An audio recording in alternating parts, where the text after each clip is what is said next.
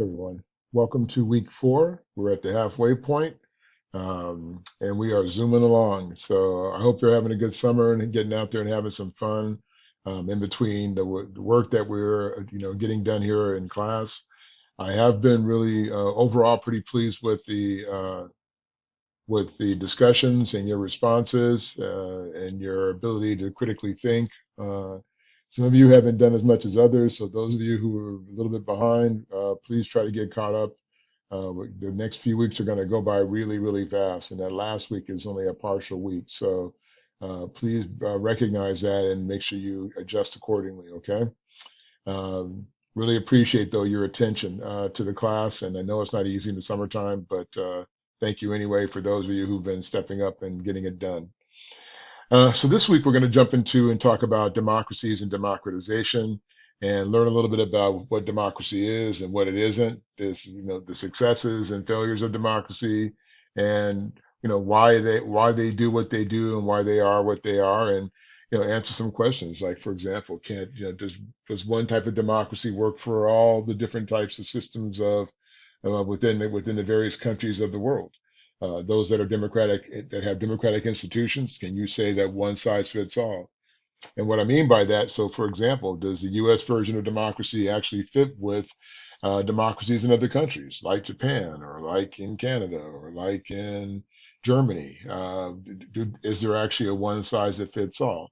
And while there may be semblances of things that are common that allow for us to have some basis of success, there are many things that don't work at all very well. And if you try to incorporate them collectively, you may run into big problems. So let's jump into this a little bit and learn a little bit about democracy and the processes of democratization a little bit. So, um, so as I said in the outline, so we're going to learn a little bit about, what is democracy and the institutions of democracy, the systems of democracy, what the democratic consolidation is, and then there's a comparative study that you can look at the end. I will not be covering that in my review, but certainly it will help connect the dots for you with regard to looking at comparative systems between South Africa and Iraq. So, what is democracy? Well, democracy is, of course, a system of government where there is a supreme power. There is, like, whether it be a president or a prime minister. But particularly, what's important about democracy is that the power or they say is vested, but it rests with the people. Ironically, I would argue many people don't really understand that in fact democracy is based on the people, not on the government itself. I think if you look at our system today, you'd probably have some struggles with deciding where the power base actually is. And I think most people really think that the power resides with the government and not with them, which is what allows the government to do things that it probably shouldn't be doing. And then historically, going back 2,500 years plus, the word democracy is a Greek word, comes from the word demos, which means the people, and kratos, which means the power or to rule. And this is again, which defines the meaning of the people being in power or the people rule. And this is how the Greek city-state system operated, particularly in Athens. And they had a great success developing this. Now, the founding father of the ideology of democracy is Aristotle. And Aristotle was a pupil of Plato, who famously wrote Plato's Republic, along with other things too. But this is the one that basically sets up the idea of ruling. And then Aristotle is the first person to sort of classify different types of rule. And democracy was one of those types of rule that he classified, along with oligarchies and polity and aristocracy and monarchies and tyranny, which we'll not be covering necessarily in this chapter. But it is important to understand that he is the one to classify and break down these systems, and then recognizing that within each one of these systems that they all vary. So you could have a democratic system, but there are different types of democracies that exist within the world today. And again, we have different types of democracies. We have direct democracies, and these are ones where the people directly vote for the individual who's going to be instituting the policies and laws that directly affect them. And normally you'll see this more localized level. So in the cities and like in our areas, we vote for our representatives, like our council people, we vote for our mayor. doesn't, so there's no representative representing us in the mayor's office. We vote directly for that individual who's going to represent our interests. And then at the state level, it's in California, there's actually two. We actually directly vote for the governor, but we also have state legislators we also vote for that represent the legislative body of our state as well. And then at the federal level, we are a we don't operate this way. We actually have a representative system, so we don't directly impact the federal presidential election. We indirectly impact it by virtue of the electoral college, which basically allows for each state has a certain number of electors that are allocated by the districts of the state that determine the outcome of the elections. And then, of course, in our system, it has to be you have to get to 270, which is the magic number to become president. Once you get 270 electoral college votes, then you win the presidential race. Why they picked an even number, I have no idea. It should have been an odd number because technically you could wind up in a tie, and that's a much messier situation. But in any case, when that happens, one individual is selected by the House of Representatives, the other individual is selected by the Senate. So that's what happens if you have a tie in a presidential race, which has never happened in our history. And then, so we're sort of in between. So when we talk about the idea of an indirect democracy, that means that people have representation. And again, if you look at the national level of government, this is how we operate. We have representatives that represent us in the U.S. Congress that we elect, and then we have our electoral college that represents the president. And but we have no decision making regarding the judiciary. So the judges and justices are basically set up and anointed by the president, approved by Congress, but anointed by the president. We talk about free elections. This is the essence of democracy, is being able to, for every citizen to have a vote, to be able to vote for their candidates free of choice and make their decisions. Once you're of legal age, that you can participate in this process. Sadly, in many years in this country, we have seen the number of people participating as very, very limited. Presidential races are better than the local races, but it's amazing how many people will not bother to vote for those people who make decisions every day about how well they live their lives. And remember, the reason that we have put those people in place is to try to make our lives better. So imagine not being involved in that process and to allow those processes to be able to happen without anyone else and with other people making those decisions for you. And in that case, why have a democracy? You might as well just put a crown on the guy's head or the woman's head and call him a king or a queen. And but democracy requires our participation. And then the other thing is we also, under this notion of democracy, we believe in the notion of fair elections. And that basically we expect that those who we elect, that there's a process that's taken and done properly, that the votes are counted accurately, and that whoever wins wins. We saw the first time in our history the assault on this in January 6th, where the election results were questioned. And I know some people still believe that there was some conspiracy. There was not. I hate to have to go there, but I have to say there was not. And this is my expertise in this area, and I can tell you that this is, there's always a small percentage of question, but it's so minute. It's like 0.001% of some notion. It's like minuscule, but somehow this last time, we really saw a direct assault on our democracy that's never happened in the history of our country, and thankfully didn't go down, because it would have been the end of the democracy in our country had it actually occurred. And arguably, you could say, and I will tell you that weak democracies fail because of these types of systems. Nazi Germany was a rise because of the apathy and weakness of their democratic state prior to World War One. And all of a sudden, things start to fall apart. Here comes this charismatic young guy named Hitler. Everybody wants to feel better about themselves, and he made them feel better about themselves, and they give up their whole democratic system and start following a dictator. And that's typically what happens when people become enamored with leaders and not in the process of being responsible for their own direct outcomes of their lives by voting for things that are going to help support not just yourself, but society at large. And I always tell my students, it's not just about you. You can't just vote on things just to serve your interest. You have to think about the greater good, and then the greater good also helps you. If you think about it just what you want, then chances are it's not going to go well and you're going to be disgruntled. But if you think about what's good for the betterment of society and you can kind of get down that road a little bit, then it becomes fair for all people. This just talks about the process of what happens going into election. So, you have to be able to register to vote, and then you have to be given information about voting, and then you're provided a ballot. And then, you have certain people who run for office, and then you decide who you want to run, who you want to vote for. You go to your polling station, or you can do a mail-in vote.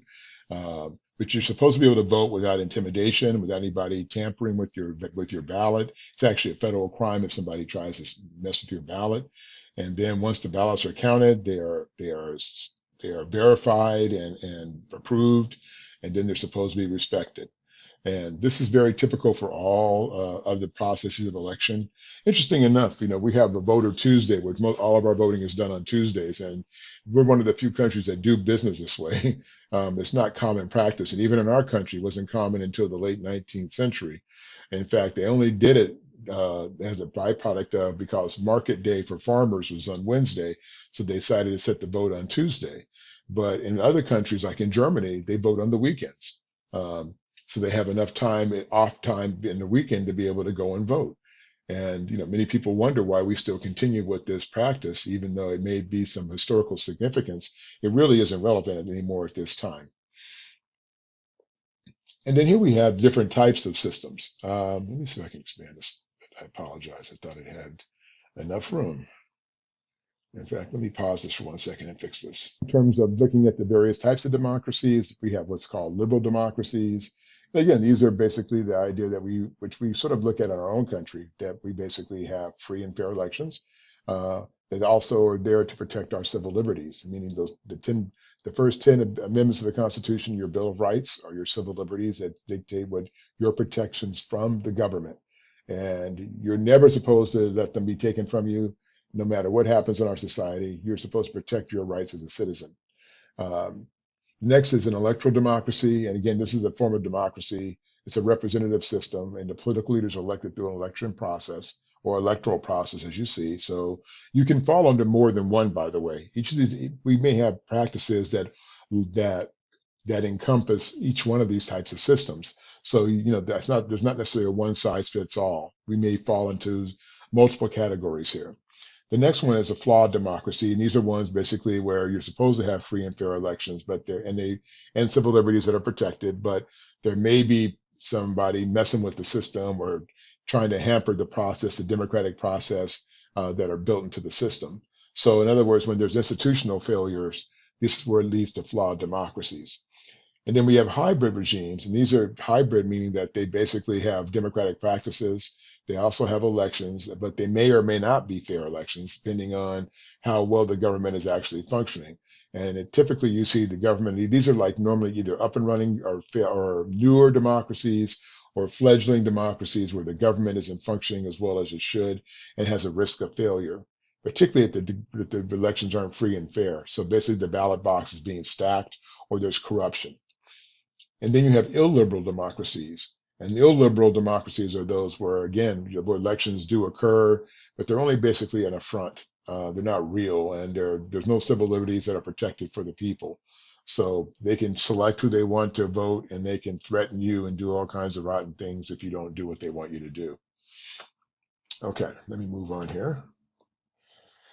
And then we get to the institutions. So within democratic framework, and I'll use the United States as a basis for this, we have, of course, our separation of powers, which is the sanctity of our democracy, if it actually worked that way. We have the three branches of government, which, of course, the presidential system or the presidential group of our country, which is not just the president, but the presidency, which is a bigger infrastructure, and then the legislative branch, and then the judicial branch. And they're supposed to be able to have checks and balances on each other so that not one entity can usurp or take over and have all the power.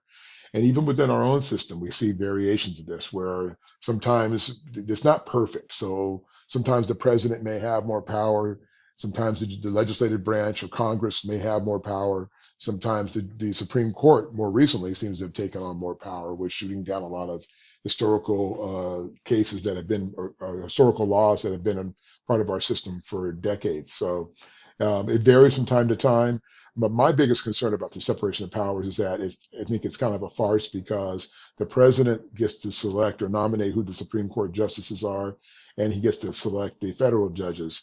And the danger in that is that if that individual, the president, comes from a political party, then he or she would then select people that represent their interest, political interest, and the judges should not be picked from in that vein. The judges should be free to make decisions, free of the encumbrance of their political affiliations. And by having the president be directly involved, I think directly encroaches on the separation of powers. Um, the electoral system, because I've talked about electoral college system, basically this is, within our country, you have a voting system whereby each state has a certain amount of electors, and it's based on the number of representatives in districts within that state. So California has a lot of electoral college votes because we have a certain number of electors, as opposed to like South Dakota, which may have one or two. So it depends on where you are, which state you're in, how many electors you have in your system. But the electoral college vote dictates who the outcome of the president, as I said earlier. So you need 270 electoral college votes to be the president, and the country is carved up in a way that allows that to be able to be done. And in that, it's how we vote for the president. However, I will tell you that it still takes the popular vote in 48 of the states. It's a winner take all popular vote. So when people say their vote doesn't matter, I tell students all the time, your vote absolutely matters because it takes the popular vote to dictate who's going to be the presidential, who's going to get the electoral college votes for that state.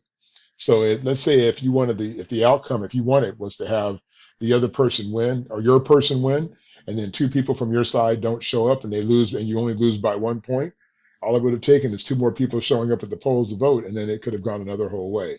So it really does matter who shows up to vote in the popular vote leading up to the presidential race. Now, we only utilize the electoral college system in our national voting, not for the president, not for local voting or not for state voting. And then, of course, political parties. And political parties are basically just interest groups. Sometimes we accord them way too much power that they were not supposed to have. And many of our founding fathers did not want to see them because they knew they were factions and had specialized interests to serve their own interests and interest groups. And so we have given them a lot of ability to exercise political authority over us. Um, and they're supposed to have common values with the candidate from their political party who may be running for office. But a lot of times, this relationship, particularly today, has become very insidious. And political parties, especially the two that we look at primarily, which are the Democrats and Republicans, don't work together. They don't collaborate. And even when people are trying, if one side or the other is pushing through good legislation, the other one says no just because they weren't the ones who thought it up, right?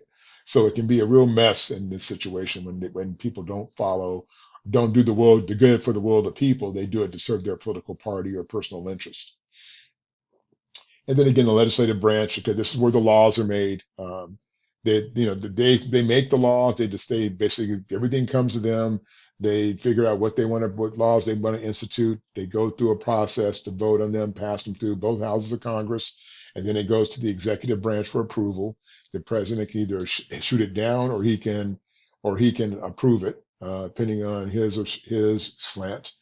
Um, and then the executive branch, of course, which is our president, and he's the head of state of our country. He's the head of the government. He represents us to the world. He's the chief executive and runs basically the day-to-day operations of the country with the help of his cabinet. Um, he represents us to the rest of the world. He's involved in all the global issues and global arenas. And again, there are other presidents, other democracies operate differently than this. Other places have where they'll have, like in Germany, they have a prime minister, they have a president, and they have a chancellor. One deals with domestic, meaning the issues within Germany, and the one deals with the international or external issues. Uh, and they feel like the logic, which in this day and age may be true, that you need to have two different individuals, one focused on international issues and one focused on domestic issues, because they've both become much more complex today. And it's rare the case that we have in our country had a president that was successful on both ends. Either they're strong domestically and weak globally, or the other way around. And but rarely is it the case that they're good on both ends. And then, of course, the judicial branch, which basically once the laws have to be interpreted, they're supposed to interpret the laws. But again, in this most recent court, we've seen people making decisions based on their own personal belief systems, and I think that's a very dangerous precedent. we trust our justices to make decisions, but they have to recognize that everyone doesn't think like them. So when you legislate or when you make interpretation of law, you have to make sure you don't do it that's going to hurt other groups of people who may see the world differently than you. Okay. Again, I've talked about the electoral system and elections, the election process. Already kind of talked about that. So let me move on. And we talked about political parties. Again, this is like interest groups. So let's talk a little bit about the presidential systems and the parliamentary system. So the presidential system, we have basically a single executive who's our head of government, as I've said before, and it's called the executive branch of government. There are distinct powers that are accorded to the president vis-a-vis the Constitution, right? The most important thing is that the president is elected through electoral process that we, the people, still have oversight over because we are the ones who decide within each state how many electoral college votes the president is going to have. And then the parliamentary system, like in Great Britain, for example, is very different. You can have parliamentary democracy, but what happens is the executive, normally called a prime minister, usually is a person who, well, 90% of the time is a person who's selected from the legislature. So instead of the people, like in our system, we the people, vis-a-vis the electoral college, select who our executive is going to be. In the parliamentary system, it'd be like someone in our Congress being selected from within the Congress by people within Congress. So whoever was the majority party in Congress would select someone from their particular party, from the majority party in Congress, to be the representative of the president or prime minister. That's how that works. So again, it's not an election process where the people in England select their prime minister. It's done through the legislature. And then the semi-presidential system, which basically you have sort of they call it a dual executive system, is where you have a president and a prime minister and a cabinet. So that's sort of like Germany, but they call it a chancellor, but it's basically what it is. There are two leaders, one focused on distinctly different aspects of society. And then again, they have their cabinet as well. This just gives you this breakdown that shows you a breakdown of the system, which is really a good chart. So you get a chance to see um, the different avenues, but different aspects of both systems. And then when we talk about democratic consolidation, this is the last area of this particular chapter. So again, this is when you have sort of what they call a regime transition, where new democracies are developing, or when you have new regimes that are trying to establish democratic practices. And yet what happens is sometimes, and a lot of times these days, they may start down that road and they fall back into authoritarian or become authoritarian systems because the people who are built around trying to build these systems are still seeking to serve their own interest. And we see this happen time and time again. Particularly, it happened in the Middle East after the Arab Spring. We see it happen in Africa, even parts of Asia. And it's really sort of our own fault because we will pump a lot of money into these areas to try to push democracy on these countries and have the people have some sort of representation. However, if you have countries that have historically had decades or even longer of experience as authoritarian systems or communist systems or things like that, it is very difficult to walk in and say, okay, boom, you're going to be a democracy tomorrow. It takes a whole socialization process, an educational process to get people up and running and being able to understand the nuances of politics or even the basics to understand who to vote for, why they should vote for who they vote for. And really it comes down to just a basic human issue, right? The issue of people want right, to be able to live comfortably, let their kids go to school, have food to eat, water to drink, a decent job. And if you can provide people that, then typically people won't bother you in most systems. But it certainly is a process of recognizing the importance of people and within the political system. And this is where they talk about the idea of socialist democracies. And socialist democracies are those that have a balance between people and politics. Um, and even I would say people and money, because I think the failure in a lot of systems is because capitalism that we live under, the primary economic system that we live under, makes money more important than people. And so when that happens, then people's needs are set aside because the acquisition of wealth and power. So recognizing that is why you see a lot of the most of Europe, Japan, Canada are all socialist democracies and have had relative success in their systems. It's because they value their people. And arguably, you can make the assertion that the United States, they struggle with this, that they really struggle with the idea of valuing the people within the system. Okay, and I would like you to take a look at the case study. I don't need to go into it because you'll be able to look at what we've talked about and then apply it to looking at the cases in South Africa and Iraq. And you'll think you'll draw some interesting conclusions to see how in Iraq, for example, the United States goes in after the Iraq War and trying to create a democratic state, and it really hasn't done well because the people don't have any history of it. And so recognizing this allows for the potential abuse of this within the system because they don't recognize the fact of what it means to be democratic, and recognizing that sometimes you have to take the long view and say, yes, we want to create a democracy in that country. However, it may take a decade or two or longer to get it there because the people don't aren't educated and don't understand the processes of being able to do that, and recognizing the risk of corruption. So. Take a look here and let me know what you think. And I will see you next week for week 5. Have a great one, you guys.